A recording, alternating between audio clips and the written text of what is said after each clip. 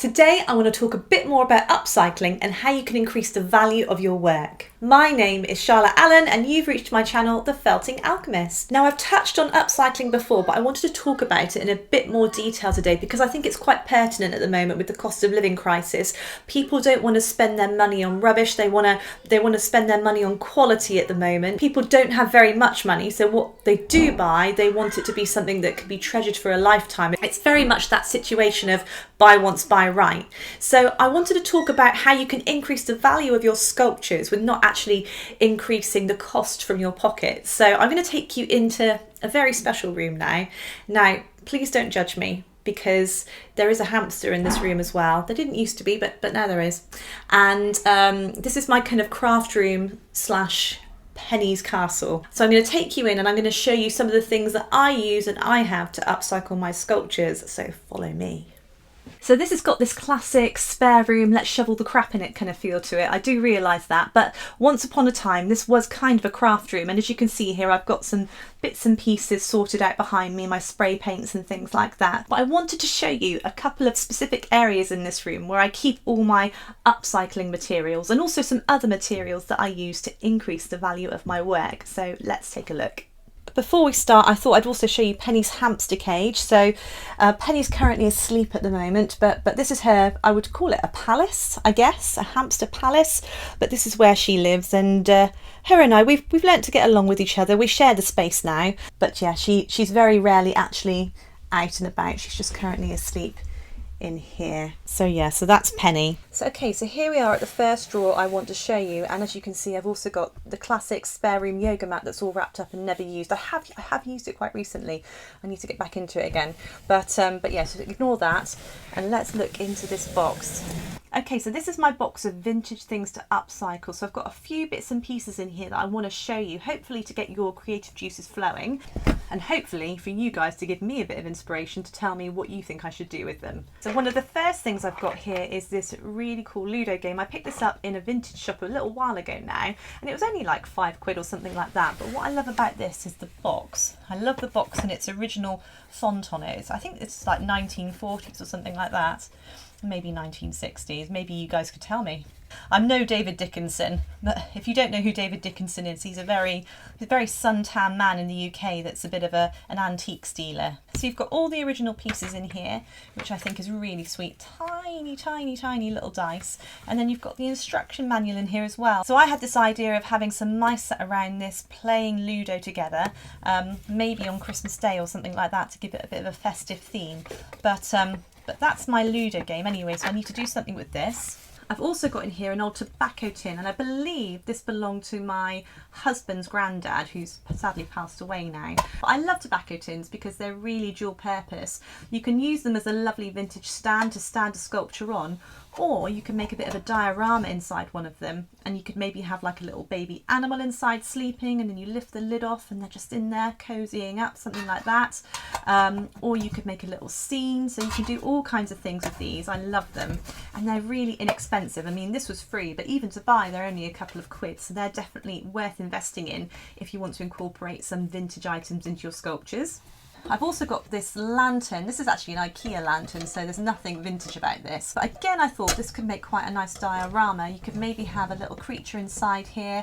Last year I made a festive scene and I had a mouse and a Christmas tree inside, and the Christmas tree was kind of nestled into where the candle would go, and then the mouse was kind of like snuggled up next to it with a blanket and a little letter to Father Christmas. So I might do something like that again this year with this one. And again, this has cost me absolutely nothing, but it's just adding that additional value to your sculpture, and I think it also adds another dimension to your sculpture as well, and really adds another level of magic to it. In here I've also got all my wooden blocks ready to stand some sculptures on. I've painted some of them, like this one here has been painted and waxed and sanded back a bit, but again they're really inexpensive to create. And I've also got this old roulette game. I think this is another one from my father-in-law.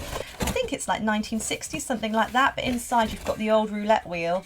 So I thought maybe about doing some kind of James Bond theme with this, and maybe having the roulette wheel and maybe having James Bond mouse stood next to it, and then some kind of like floozy female mouse kind of saddling up to James Bond, but she's trying to put some poison in his drink or something like that. I don't know, but maybe something along those lines. But let me know if you have any other ideas for this one, because I'd be interested to know. And I've also got these old comics, and you might be thinking, how are you going to incorporate comics into your needle felting work? Well, have you heard of decoupage? So what I'm planning to do is decoupage some of these wooden pieces that my father-in-law's cut up for me. So I've got a bit of a superhero theme stand, and then I'm going to make a superhero character to go on top of it. So I think it would be quite nice in a child's room or something like that. So that's my plan for the comic books. And if you would like me to make a video on how to decoupage, please let me know, and I will more than happily do that for you. And then the next thing I want to show you is in this little jar here, and this is a proper treat. If I just take these ribbons out of the way so you can see, I have got retro Playmobil. So these are my husband's old Playmobil toys, and he was actually going to give them to charity because the girls weren't really overly interested in them. And I said to him, no, I can use these in my needle felting work. And at that point he called me a hoarder and said, go ahead. So I've kept them. And you can do all kinds of things with these. Now I like to incorporate them into the seagulls that I make, and I like to add a cheeky humorous element to the sculpture by having the little Playmobil character hand the seagulls some chips or something like that, and there's a sign saying please do not feed the seagulls, which is very relevant where we live because there's loads of seagulls and people are always feeding them when they shouldn't. And they really are that quintessential toy that all generations can identify with. Grandparents can identify with them, mums and dads now can identify with them because they had them when they were young. I mean, these are kind of classic 1980s, these, and children can identify with them now. So I think adding something like a Playmobil character to a sculpture will really catch people's eye because they recognise it, they identify with it, and incorporating them in some kind of humorous way will make your work really stand out, make it more saleable, and again increase the value, which is what we want to do. And finally down here is my final drawer, and this is where I go to when I can't find anything straight away to hand to add to my needle felting sculptures. So this is my FIMO drawer, and this is where I make things to go with my mice and other needle felted sculptures. And as you can see here, I've got my silicone moulds that I've made for things like biscuits and sweets and things like that for my mice to hold. I've got all my FIMO, and I've also got all of my pastel chalks as well for colouring the FIMO before I bake it. FIMO is an incredibly versatile thing. You can get liquid FIMO, you can get the classic clay FIMO, you can get professional FIMO, you can get all sorts of different tools to mould them, and it's so robust you can kind of make it and it's not so soft that it's going to lose its shape. So it's a really user-friendly material to use, and I love using it because again it adds another level of magic to sculptures when you combine something made of FIMO and then the needle felted element as well. So I've had it in the past where I've made little bits of chocolate that my mice have nibbled on, or little biscuits and things like that. So it makes it very sweet looking, and again it makes it super eye-catching. So definitely worth investing in a little bit of FIMO if you can.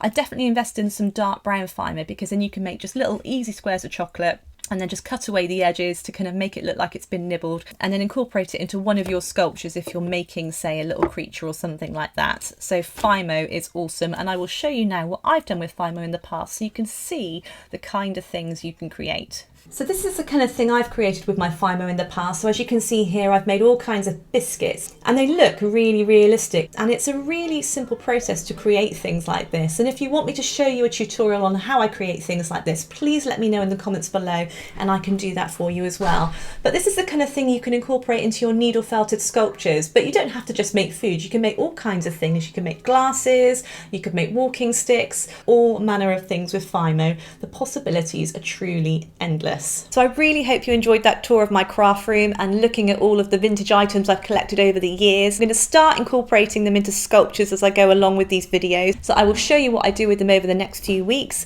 But for the moment, thank you so much for subscribing to my channel. I shall see you tomorrow with more needle felting hints and tips. Until then, bye.